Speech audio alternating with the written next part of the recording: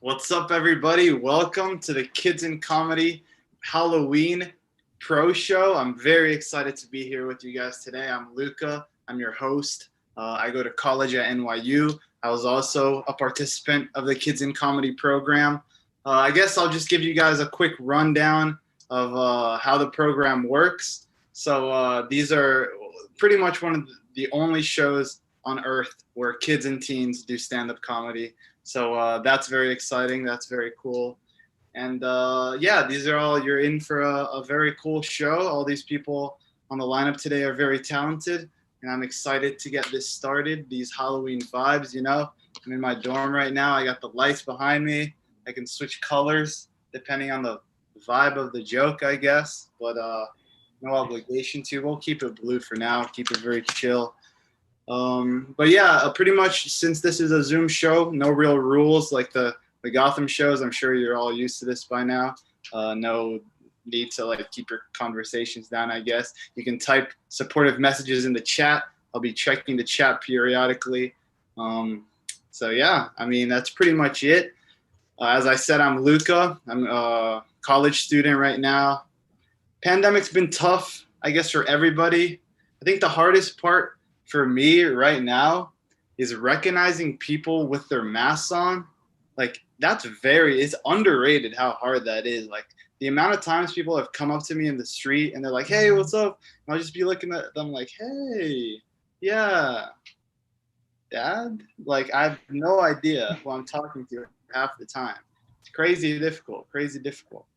Second thing is like, I'd say like dating with the pandemic is definitely a little different, especially in college, because you don't get to see anybody in class. You don't get to meet anybody. Everything has to be over Zoom or like Snapchat at the most. And I'm not the biggest fan of doing stuff over Snapchat because like when you're on Snapchat talking to a girl, you always have to make yourself seem like literally the most interesting person on earth with your snaps. You can't look like you're leading a boring life at all. Whenever they like message you, you always got to hit them up with like, if they're asking you, what you're up to, you got to be like, just got done fighting a bear. How about you?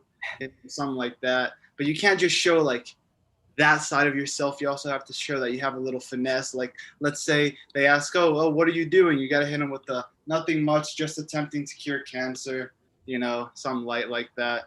Just things you got to do these days with Snapchat and Zoom and quarantine. Another thing is, well, the people in this show, are you guys all, well, I know Osher isn't in high school yet, but everybody else is in high school?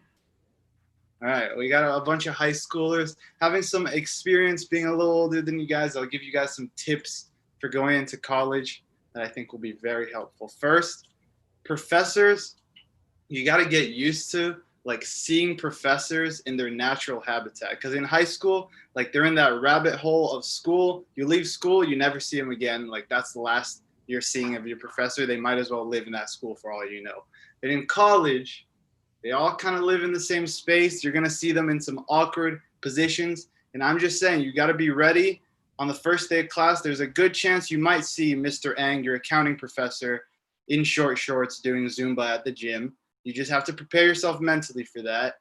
And the relationship between you two will probably not be the same after that eye contact is made. And at that point, I'm pretty sure he needs to do homework for you or something like that. It's just different. It's just different. Second tip, here's the law to stealing food from your roommates, right? There's an equation I've come up with. If the food has 15 items or less, you can't steal it. It's too noticeable, okay? 15 or more, yes, fair game. So for example, sandwich, that's like maximum 2 units if you cut it in half, usually 1 unit, you can't steal it, obviously too noticeable. Cereal, take as many as you want, who's counting? Oreos, it's a little bit of a middle ground, depends on how many there are in there, you just gotta be careful, that's my second tip.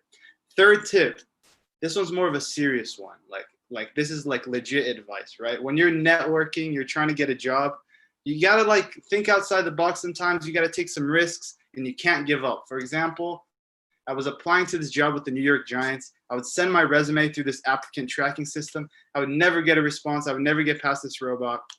So I go to the Giants website. I look up their staff and I go to like the hiring director. I find the hiring director. His name's like Doug Panchetta or something. And I'm like, I want to talk to this guy. His email is not written like on the Giants website though. So I'm like, what am I supposed to do? His email's not written. But I didn't give up there. I took a risk. I was like, you know what? Nothing I can do here. I'm just going to send an email to doug.panchetta@gmail.com. Maybe it'll work, maybe it'll work. So I send my email to doug.panchetta@gmail.com. And sure enough, less than a week later, he writes back, how did you get my personal email? That's extremely unprofessional. Never contact me again. But it was the idea, the perspective that I took to the situation. That is what I'm trying to communicate. So, don't get discouraged. Take some risks.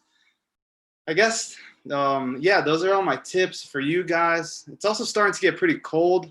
Being from Brazil, I don't like that transition, I think the toughest for me is like getting out of the shower when it's cold is literally the worst feeling in the world. So my way to combat that, I'm sure a lot of you have thought of it too, is just when you get out of the shower, blast the water hot, create like some kind of mini sauna for when you're drying yourself. Is it bad for the environment? Are you wasting a lot of water? Yes. And there's no but. But sometimes there aren't perfect solutions. So it's just something sometimes you gotta deal with the repercussions. So that's, I guess, one thing I do. Moving here was pretty tough. I feel like moving to New York is like the toughest place you could move to because like the city is so tough. I feel like I was a little bit of a pushover when I first came into the city. Like my first day here, I was walking down the street. The guy tells me he likes my shirt. I ended up buying 6 of his CDs. Like that's just how that goes, You have to learn the street smarts here in New York. But I mean, every time I mention I'm from Brazil in a show, I always get the same reaction. Last time I did that at a show, I mean, I'm guessing everybody here is probably a parent at Kids in Comedy plus some friends, and they might have seen this before. You might be familiar with this story. But last time I said I was from Brazil at a show, somebody came up to me after the show. They were like, "Oh, you're from," like it was this guy. Let's say it was this guy. "Oh, you're from Brazil. What part of Brazil are you from?" And I told him, "Oh, I'm from São Paulo." And he was like, "Oh, cool. You don't say that like you're from Brazil though." Because I was supposed to be like São Paulo, or something like that. But this guy wouldn't give it up. He would keep like bringing this up, like, I mean, are you actually from Brazil? Do you actually speak Portuguese? He was getting like worked up. He like became this angry man. He was like, I hate when people say they're from Brazil, but they're not actually from Brazil. Like, prove it. Prove you're from Brazil. So I robbed him. That usually does the trick. Let me get rid of this now. That's the classic Zoom. That's the classic Zoom background joke that I have, But I guess it is Halloween though. And I did want to tell you guys about something very scary that happened to me. This is going to sound fake. I swear to God, everything I'm saying right now is 100% true, and I'll prove it, okay? So this whole summer, I was staying with my aunt and uncle because of quarantine. Like, we got kicked out of the dorms. I was staying with them. So I'm sleeping, like, I'm in the upstairs. I'm going to bed. It's like 3 a.m. Like, I wake up because I hear a noise in the living room. I was like, oh, geez, I'm going to have to go. Actually, yeah, let's make this. All right, Halloween vibe. I'm like, I have to go downstairs now and check out this noise, right? Like, I texted my cousins. I was like, you guys hear that? Nobody answers. I'm like, shoot, this is me. I'm going to have to go check out this noise. I walk slowly down the stairs. I get to the living room. It's completely dark. The middle of my living room, in pitch black darkness, there's an old lady staring at the ground with kind of a suitcase in her hand. I thought like this was some kind of ghost. I was like still half asleep. I was like, what on earth am I looking at? I was scared to give her coronavirus more than I guess her give me. She had like a cloth, the coronavirus cloth. I put on my mask real quick. I'm like, I gotta go check this out. Let me just show you like the nest. The nest picked it up. I'm gonna blur the face for anonymity reasons. But this is like the lady. She just straight up walks into the house, and she's just standing there, like in the middle of the night. And like I'm slowly approaching with my mask on, and I'm asking like, is everything okay? Like, what are you doing here? She was like, yeah, I'm looking for Matthew. And I was like, I don't know a math, like I don't know who that is. Like, what are you doing here? And then with all the commotion, my uncle Matthew comes in the room, and like then my brain starts, turning. I was like, oh, I do know a Matthew. That's my uncle Matthew. And then I look back at the old lady, and I'm like, oh, Grandma, I didn't recognize you with the mask on. Oh, geez, that's crazy. You scared the crap out of me. Insane. But yeah, that's my scary story for you guys. We'll go back to the nice blue vibes. And on that note, are we ready to get this show started? We got a great lineup today. Everybody's smiling. I'm happy to see it. And your first comic coming to the stage. She is so talented and funny. Give it up for Saskia Penning. Yeah.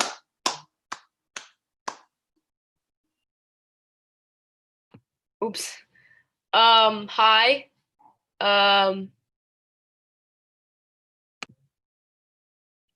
Is it good? Okay. Halloween is coming up, and I don't know about you guys, but I only have one plan, and that is to put a Trump sign in front of my building and hand out Reese's cups with razor blades in them to anyone who rings my doorbell. But anyways, sorry. So I'm a teenager.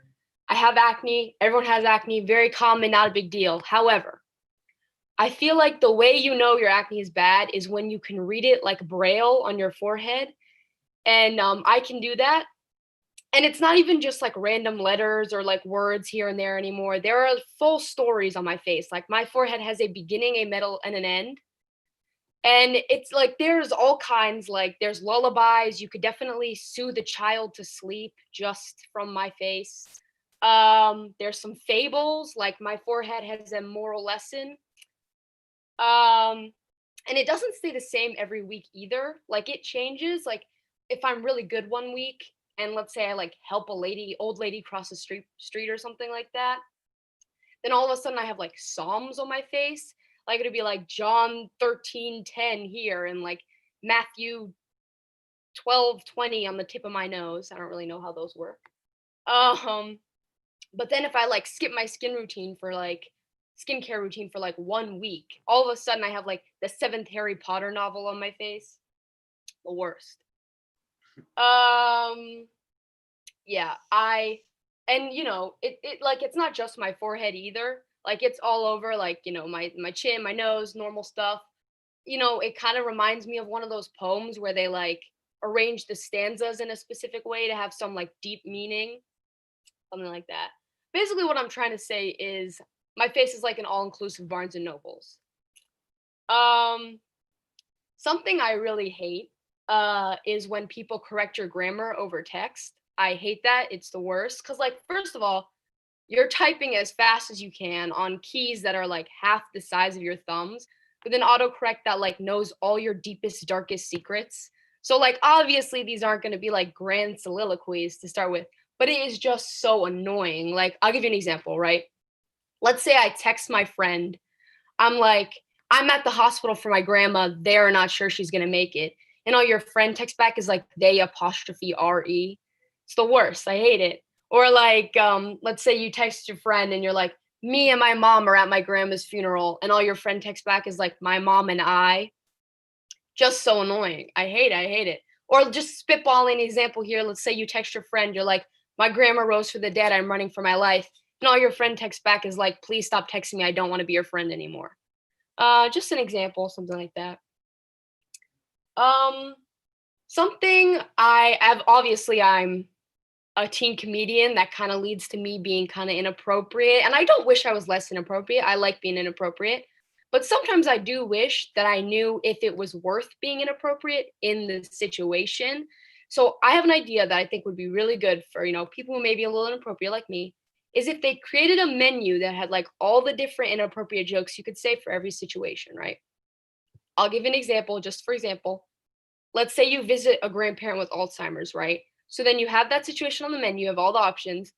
Let's say then you have like the first option is like the obvious one. So you're visiting a grandparent with Alzheimer's, you walk in the room, you go, hey, remember me? Something obvious, relaxed like that. And then also that could be substituted with, hey, remember last time and you said next time you saw me, you were going to give me $20? Something like that. And that's not that bad, right? Like it's inappropriate, but it's not super risky. So the price wouldn't be that high, right? It would just be like possible judgment from everyone present in the room and God, right? But then because it's a menu, you have other options that are worse. So you have like the risky one. So it would be like you're visiting your grandpa with Alzheimer's, you're in the room, you wait for a lull in the conversation, you go, hey, anyone up for a game of memory? Something like that. And then because that one is a little bit more risky, the price is obviously going to be a little bit higher. So it would be like possible disownment from your entire family, something like that. But then at least it's all in the menu and you like know all the options, you know if it's worth it. And then there's also the secret menu, but I can't really say that without being smited. So I will just leave that up to your imagination. I don't know if I'd call myself a comedian, but obviously, you know, that would be kind of the dream. But there are a lot of things that I know I'm not good at.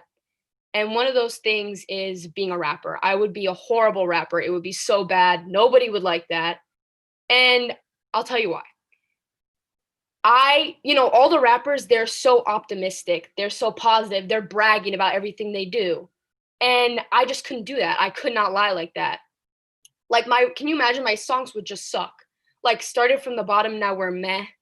Like, I'm doing good, but, I'm anxious again and I've started not being able to sleep so well.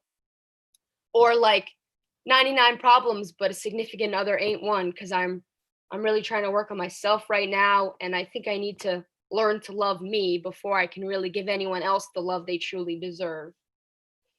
And it's not even that. It's not even just that. I think also, there's the problem of the hoes, right? Every rapper has to have hoes. All my friends, my rapper friends, obviously, would be like, Saskia, you gotta have hoes, you gotta have hoes. And, I just got over hoe number 2 last week. Like, it took me a month to get over that heartbreak. It was devastating. And, now I'm all worried because I'm thinking about that. I think hoe number 4 is going to propose, and I'm not ready for that kind of commitment. And I don't think anyone wants to hear a song about that. I just don't know how all these other rappers jump from hoe to hoe like that. I just get too attached way too quickly. Last thing I want to talk about before I finish up is gun control. I know, super funny, but obviously we need more gun control, obviously, but the way they do these laws it's just so bad. They're so like out of control and messy. I mean, like, I know a while ago, politicians, they were talking about arming teachers or like letting teachers have guns.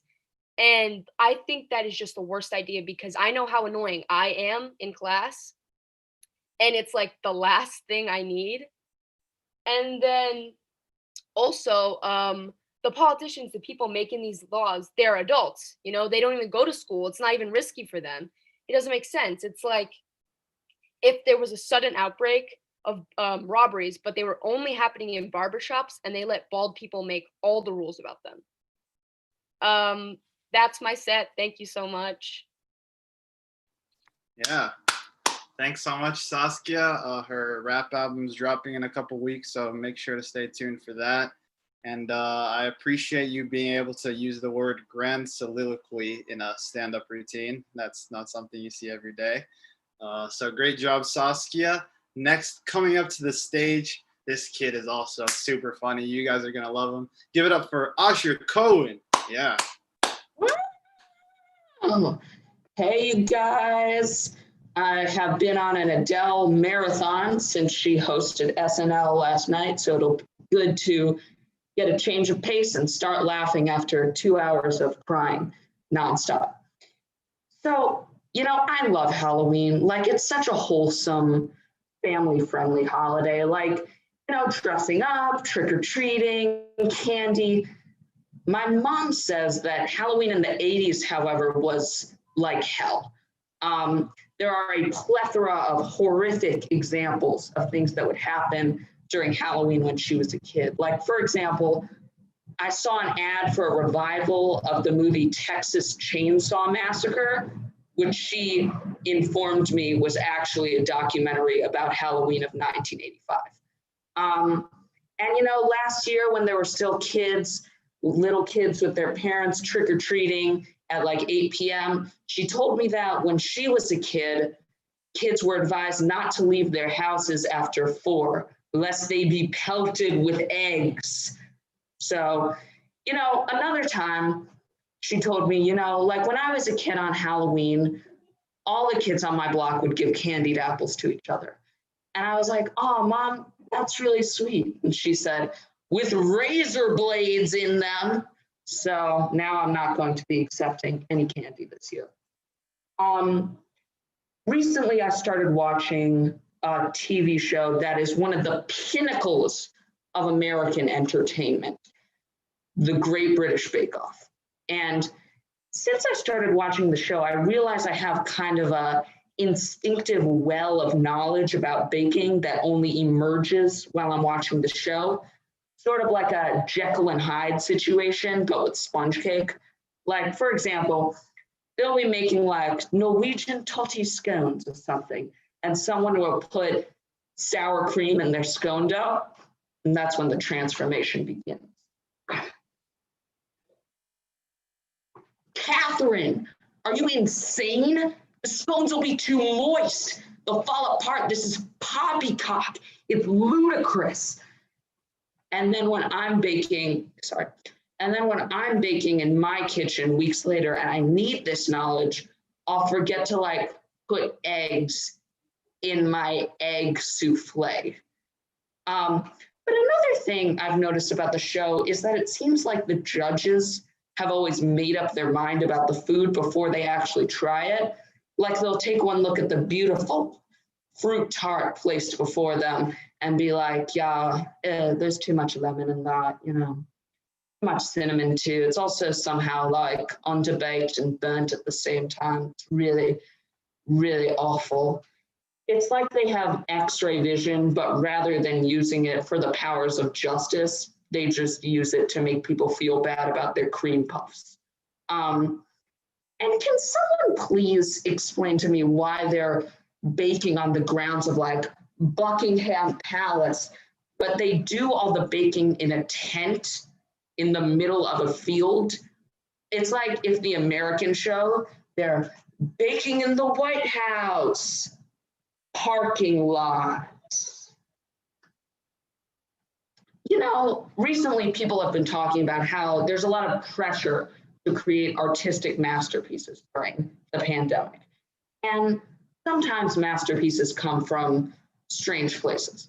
Like the other day I was in the laundromat, and since the virus hit, people are supposed to stay 6 feet away from each other at all times. And staying social distanced in such a crowded environment requires a little bit of finesse. I have personally had to jump, duck, and roll just to claim a washing machine. But rather than let this get to me, I decided to use it to fuel my artistic drive. So without further ado, let me present to you Hell Knows I Need Clean Clothes, an interpretive dance showcasing the struggles of laundry during the pandemic. I see the opening and whisper, we're going in. I struggle to put my clothes in the washing machine while not touching the sides. I attempt to make my way through the laundromat while staying social distanced.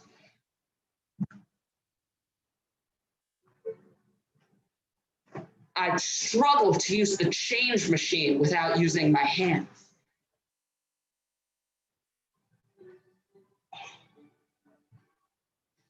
I frantically stuff my clothes in the bag, knowing each second I stay there, I'm one step closer to getting the virus.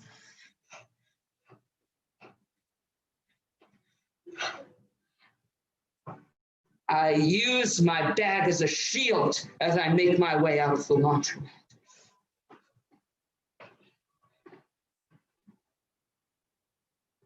And I live to clean my clothes another day. Thank you very much. Thank you so much, you guys. I can't see you, but thank you for attending. Yeah. Oscar, that was awesome. Love it as always. And there's also just I think about your camera, that like the camera quality that makes it kind of look like you're in a painting and kind of like the painting that's behind you. So I thought there was something really cool about that. If you like froze for a second, you would definitely look like you're in a painting, especially with those like Renaissance dance moves you were doing. Really enjoyed that. And next, coming up to the stage, another very funny comic. She was in the classes here at Kids in Comedy. Now she's moved on to the pro shows. Give it up for Leah Breakstone. Yeah. Thank you. Okay, so Halloween's right around the corner.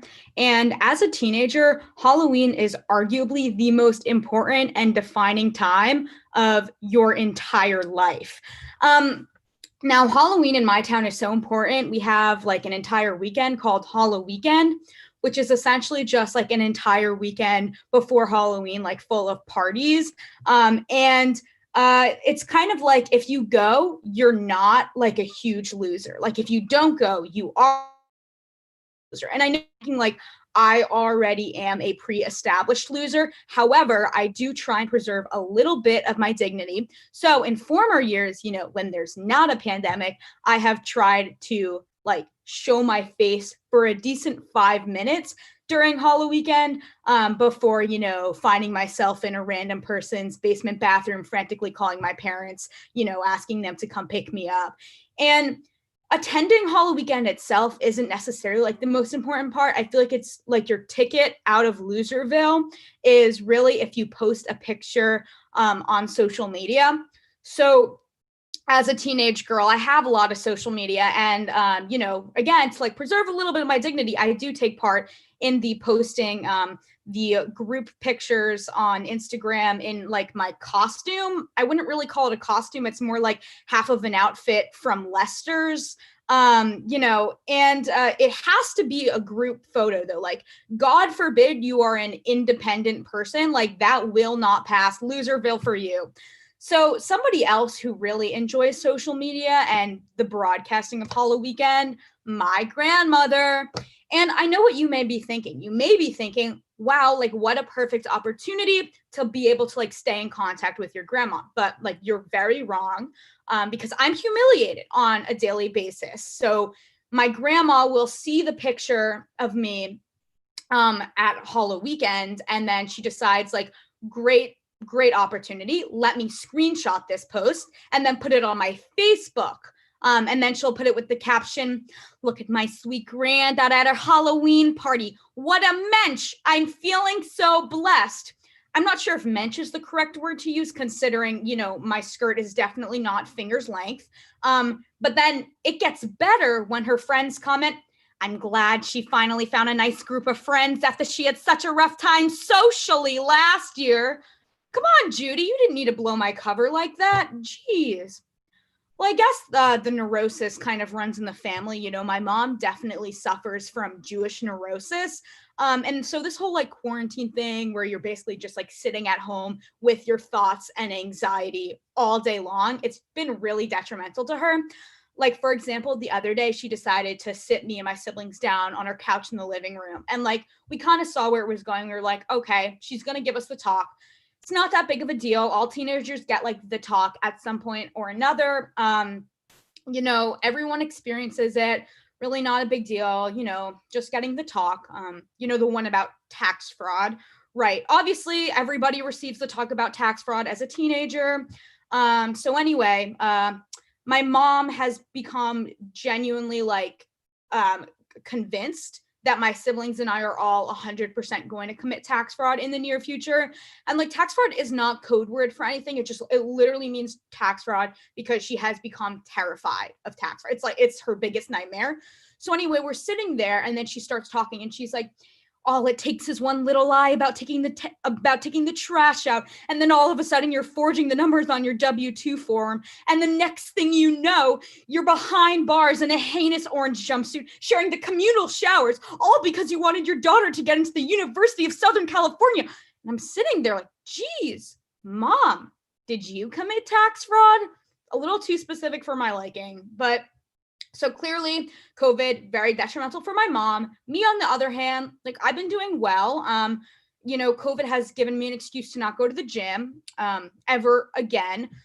So before COVID, my mom, would drag me to the gym like many mothers do, but that's not even the worst part. The worst part is that at the gym, she forced me to, confront my biggest fear, Zumba class. You may be thinking, why is a Zumba class like your biggest nightmare? Well, I'll tell you, because Zumba encompasses like all of my triggers in one. It's loud, it's crowded, it's hot. You're forced to stare at yourself in the mirror for one consecutive hour. And worst of all, I think, is that like it's filled with a bunch of middle-aged white women dancing to Spanish music and moving their hips in a way that should not happen. And it's basically cultural appropriation at its finest. So anyway, while I'm there, obviously I'm not doing any Zumba. Instead, I'm doing what teenagers do best. I am, looking at everyone and categorizing them into different stereotypical groups based solely on their outer appearance. If you don't know, this is what teenagers are doing constantly. So we are always judging you based on how you look. And so these are like the groups that I've come up with. So it's basically like a social hierarchy almost. Like whenever I'm in school, I'm deciding who is in the social hierarchy and who is at the top of the food chain. It's the same thing here, except everyone there is like 20 years older than me. So in the first row, we have the PTA moms. So these are the women who come decked out Lululemon head to toe, and they decide, perfect idea, let me pay $54 to get my hair blown out before I go and work out. It's not really a problem because I've never seen any of them produce even a drip of sweat. And I never really knew why, but I'm convinced now it's probably all the Botox they're getting. And they definitely have a thing for the really hot 20-something-year-old male instructor. Like they are obsessed with him. And then there's the second group, like kind of like the middle of the social hierarchy, I'd say. So this is the Jews. This is where my mom would usually be found. It's basically like all the women, middle-aged women, but they're in Marshall's leggings instead of Lululemon. And they're there because they want to try and, lose that extra 5 pounds before they have to go and visit their in-laws in Boca Raton over Christmas break. And then also in this group, I usually try and add in like that one occasional older man who's just there because like his wife needs him to leave the house immediately. And then there's my home, the serotonin seekers. So we are the people, we have no idea what we're doing. We come decked out in cotton t-shirts and sweatpants that really like accentuate our sweat stains. And we're not doing any Zumba. We have no idea what's going on. And yet we produce gallons of sweat just by being there. And so we're obviously all cramped together in the back corner. We're not there to do Zumba. We're only there because our therapist recommended we try and take a Zumba class in order to cure our chronic depression. Newsflash, doesn't cure chronic depression. I'm still depressed. It just really, worsens your self-esteem, I would say. So COVID has been good in the sense that I do not have to relive my Zumba nightmare, but like, let's be real, life sucks right now. Like the world is in turmoil. And so I've just kind of been thinking to myself lately, like, what are ways that I can make the world suck a little bit less? So first of all, I think that we need to get rid of all commercials about the 3Ds. So that's depression, diarrhea, and diabetes. I really just find that like when I'm trying to watch Fixer Upper and then those commercials come, like my whole vibe is killed just by when those commercials come on. And the other type of commercial are the commercials about mesothelioma, okay? I see about 8 of them every day. No idea what mesothelioma is, have never heard of anyone having it. Honestly, I'm convinced it's a hoax. It's fake news, probably produced by Fox or something. I don't know, fake news. The next thing that I think is like will be really beneficial to our society is the punishment for convicted felons would be that they have to help the elderly with any of like their technological needs, because I feel like today, like there's just too much of a burden on grandchildren. And so to lift that burden, I think that the convicted felon should have that responsibility. And I also think that once the old people start asking questions that are like, how do I delete the contact of my friend who died 5 years ago? Like, I genuinely think that the convicted felons will never want to will never want to commit another crime again if that is their punishment. Like, no one wants to have to suffer through that. I think it's a win-win. And now, I don't have anything against like all old people, but I do think it would be beneficial if we like gathered them, like herded them like sheep, and then sent them all to one gated community in Florida, and then just like revoked their driver's licenses, and they can just like drive golf carts if they need to.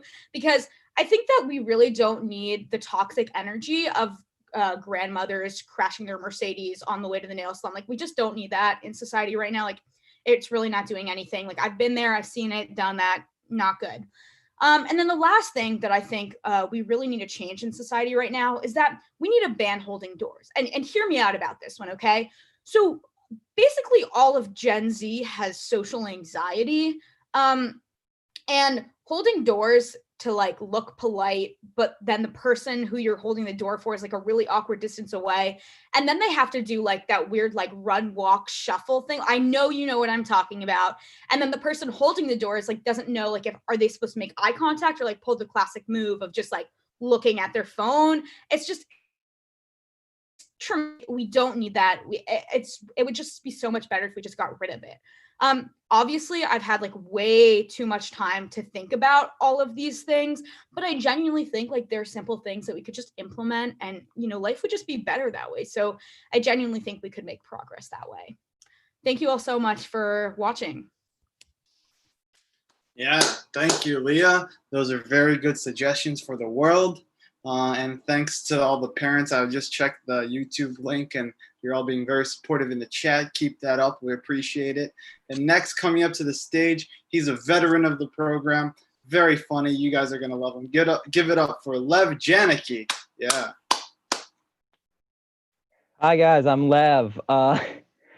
It's such a shame that Halloween has been canceled this year because it means I won't get to eat very much of my favorite candy.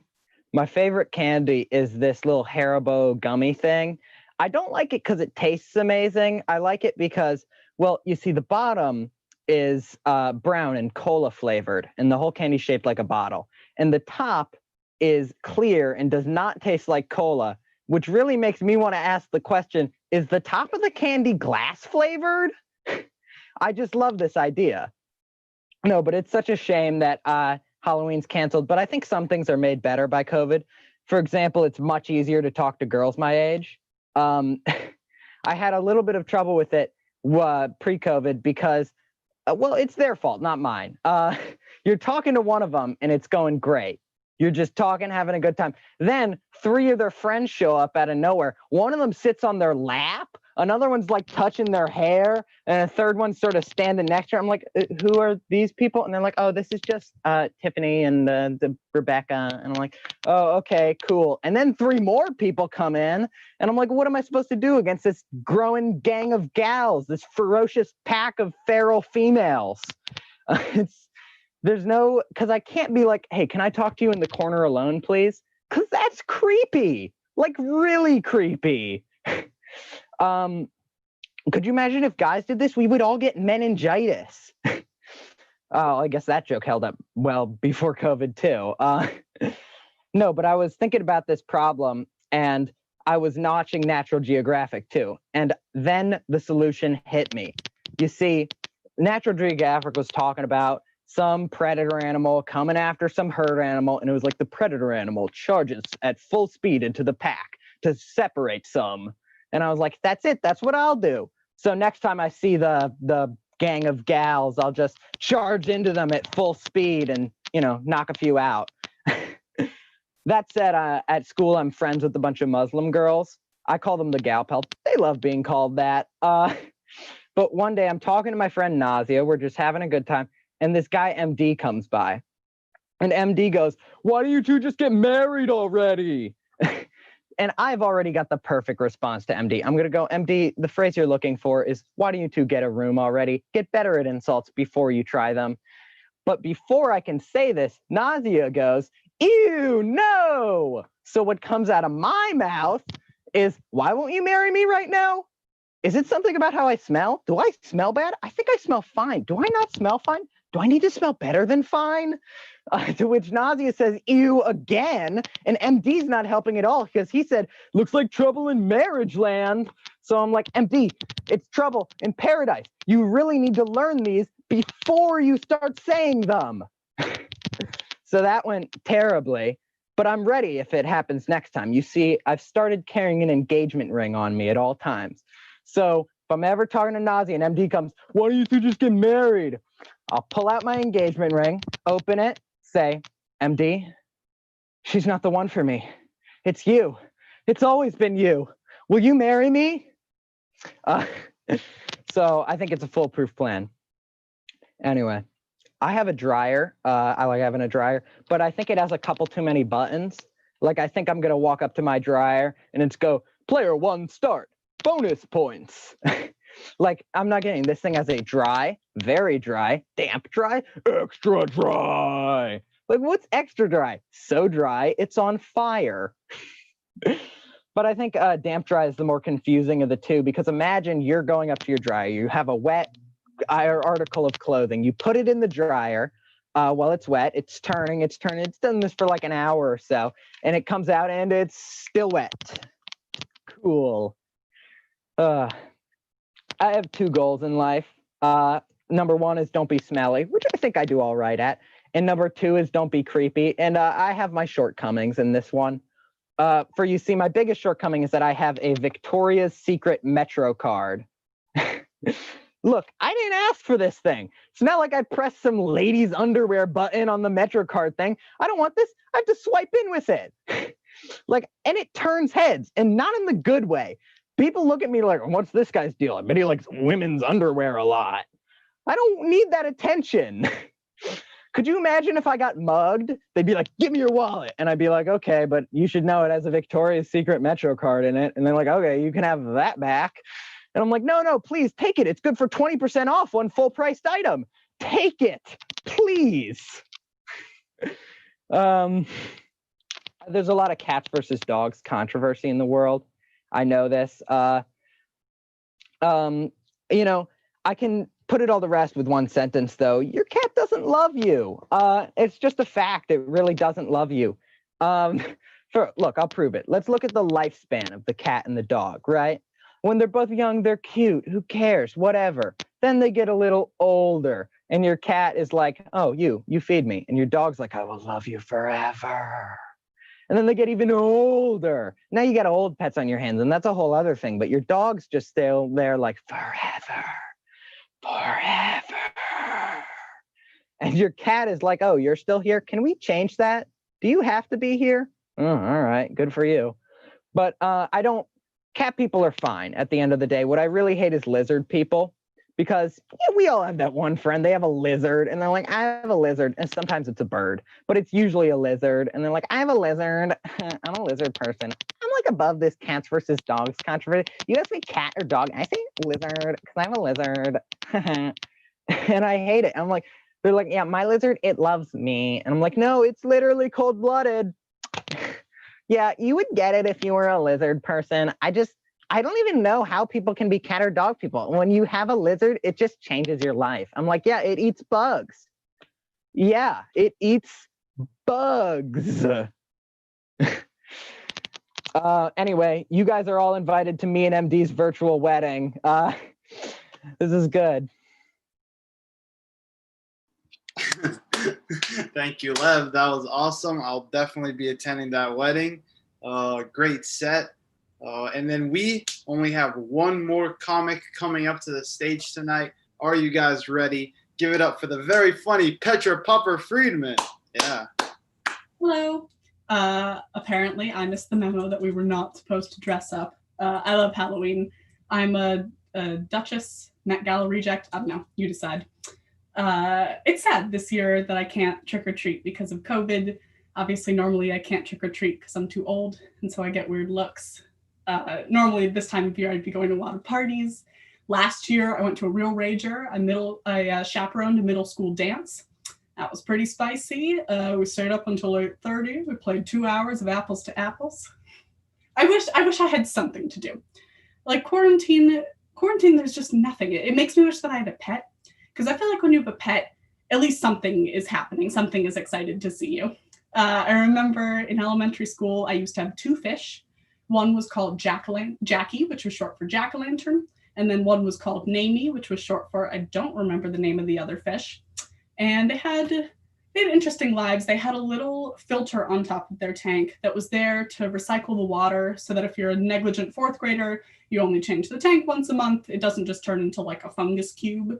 But the filter was the wrong size for the tank, which meant that it was very powerful. And so they spent their entire miserable fish lives just furiously swimming against the current, trying not to get sucked into the filter, which made them a really poignant metaphor for life and very morose house pets. And I remember one morning I looked over and there were chunks of something floating in the water, and it became pretty clear that Namey had just given up. And Jackie was swimming around doing the fish equivalent of, "Why, God, why?" which is probably, or she was really excited about it and had been hoping for this for a while, in which case she was like, get it, because fish, it's a sophisticated joke. I think probably the second possibility is the more likely one, because imagine if you were stuck in a tank in an enclosed space with like 1 or 2 people, you couldn't leave, there's nothing to do. This would sound crazier if we weren't in a pandemic, but at least the pandemic will end. Like their entire miserable fish lives were spent in quarantine. And I can imagine that Jackie was swimming one day being like, you know what? It's bad enough I have to deal with this like personal tank tornado. If Namey tells the story where she's like, I was going left, but then I decided to swim right one more time, I am just going to lose it. And at that moment, Namey was like, did I ever tell you about the time? And Jackie realized with one push, it could all be over. I realize that makes me sound like a psychopath who wants to push my parents into a fish filter. I don't. I'm a psychopath because even after the filter killed Namey, we didn't do anything about it. We were like, oh, well, that's broken. What's for dinner? We've been doing pretty well, though, all things considered in quarantine. It's been interesting. It's brought out the inner amateur handyman in my dad. I have a working scientific theory that in the cerebral cortex of every father, there's a dormant plumber. And then it only comes out like in times of crisis or if someone says a trigger phrase like socket wrench. He's been doing great, though. He's been the most productive person I've known in quarantine. He fixed 4 major household appliances that were broken, which is incredible. But he is not a professional, and there's always this grace period where it like kind of works, but there's some caveat. So it's like you have to hit the dishwasher twice if you want it to go, or the fridge door does close, but all the lights have to be off in all of Lower Manhattan, and don't try the dryer yet. But if you slip a 20 at the door and say that you know Sheila, it'll do a spin cycle. I have also been super productive in quarantine. I watch TV, and I've grown my hair, which previously we called living, but now counts as an activity. And I'm really excited. Zoom is a visual medium, which means that I can share with you a lovely little slideshow I have put together to illustrate what this journey has been like. We start with my childhood. My parents cut my hair all throughout elementary school, which was a great cost-cutting technique, but not, I'll just show you. It led to some interesting results. These 2 photos, interestingly, were meant to be potential passport photos, which is shocking because, as you can see, they kind of look like the slide in a health fair where they're showing you like the before and after effects of smoking. Clearly, though, the bottom of my hair was fine. The real issue was the Bermuda Triangle of bangs situation that we had going on. If you look closely at my forehead, you can see lost ships making their way. I didn't really notice it, though, because as you can see in this photo, my head was enormous. And so I spent most of elementary school just trying not to like tip over. Past this point, though, really it was not my parents' fault anymore. I had some trouble figuring out how to part my hair. In this photo, the silly pose is on purpose. The zipper of doom, not as much. The girl in the background actually asked to be taken out of it, so do with that what you will. Moving right along, after this came middle school. Middle school was when I realized that I was gay, and the only lesbian that I'd ever seen on TV was Ellen, so I was like, all right, apparently I have to cut my hair now, that's what we do. And on the lesbian haircut scale, what I was going for was something trendy like a ruby rose. What I got was very solidly a Rachel Maddow. Nothing wrong with Rachel Maddow, but it's not the ideal haircut if you're a 15-year-old who wishes people would stop telling you that you have mom energy. Just a word to the wise. Eventually, I got tired of the pixie. I decided I would grow it out again, but it's very awkward to grow your hair out at that length. So I said, okay, I'll do it over the summer. That way, no one I know will see me. Except that was the first summer I did kids in comedy. So the lovely people before you let me go on stage looking like this. You may be wondering if you've seen me on TV before, I look familiar. No, happens all the time. You're confusing me with the stereotypical hockey player from Glee. Common mistake. I understand the confusion. Things you may also mistake me for. A squirrel in the park. Past this, we go into my Pageboy stage. Looking very medieval. And at this point was when I took a picture, convinced that I looked exactly like TikTok star Charlie D'Amelio. I have the picture. And actually, I mean. So then we go on to a part where my hair starts triangulating. And at this point, I'm measuring its growth in terms of how much I look like a trapezoid. And finally, we reach its current length, which I'm very happy about. It looks great. And this was fun because this was when I learned that my hair is wavy. I don't want to get too sciencey on you. I do have some diagrams. There we go. And you may be wondering how I didn't realize it. I thought that it was straight and that I was just like sleeping on it wrong and bending it for 4 months. And I know what you're thinking, Petra, how could you not see all of the amazing gay jokes you can make about how you thought your hair was straight, but then it wasn't? Guys, I see it. It's just like lazy humor. And I'm trying to go for a more mature vibe. Remember the fish joke? You know, I'm an intellectual now. That's enough embarrassing photos of myself. I'm gonna regret putting that online. It's fine. I am an intellectual though, or I try to be. When quarantine was not happening, I like to go to the opera frequently. That was fun. It's great. You get to dress up, maybe minus the fur, add it if you're feeling fun. Then you watch a show while the grandmother next to you goes, Frank, they're singing, Frank, the whole time. It's great though. I really do love the opera. But I know that a lot of people my age are not really fans. And I think it's because there's this idea that it's somehow a highbrow art form, which is insane. Because opera is basically like a 17th century Lifetime movie. But I know that if you're not that familiar with it, you might think that it's really fancy. It's not. I'm going to walk you through one. This is a Petra Popper-Friedman operetta original. Very happy I wore this outfit today. It's called The Plight of Donatella, so enjoy. The man walks on stage and he's like, I am Sergesto. And to let you know I'm the bad guy, I'll act like Freddy Krueger with arthritis. And then a woman comes out and she's like, I'm Donatella. And we're like, okay, do you want to tell us anything else about yourself? And she's like, I have hair. We're like, okay, Donatella, did you really need a 10-minute song to tell us that information? And she's like, wait. Did I mention I have hair? And we're like, yes, Donatella, 30 seconds ago. And then Sir Guest is like, everybody, listen to my evil plan. I'm going to steal Donatella's hair. And you're like, really?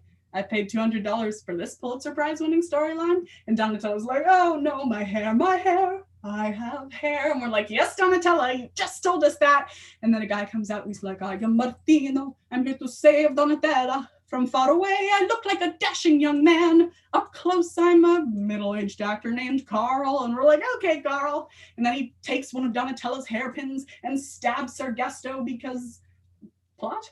And then he's like, Donatella, will you marry me? And she's like, I've known you for 2 seconds. So yes, the end. Thank you. You guys have been a great audience. Yeah. Thank you so much, Petra. Love always watching that opera routine. And that's our show, guys. Thank you so much for tuning in. Thanks for all the comments on YouTube. Thanks to all our comedians, Lev, Saskia, Asher, Leah, and Petra. And special thanks to Stu and Joanne. They make this program possible, even through COVID. We all appreciate what they do to help us get stage time. And very special thanks to Matt, too. He helps us run all these shows with all the tech and stuff. And hope you all have a nice evening, and thank you for coming.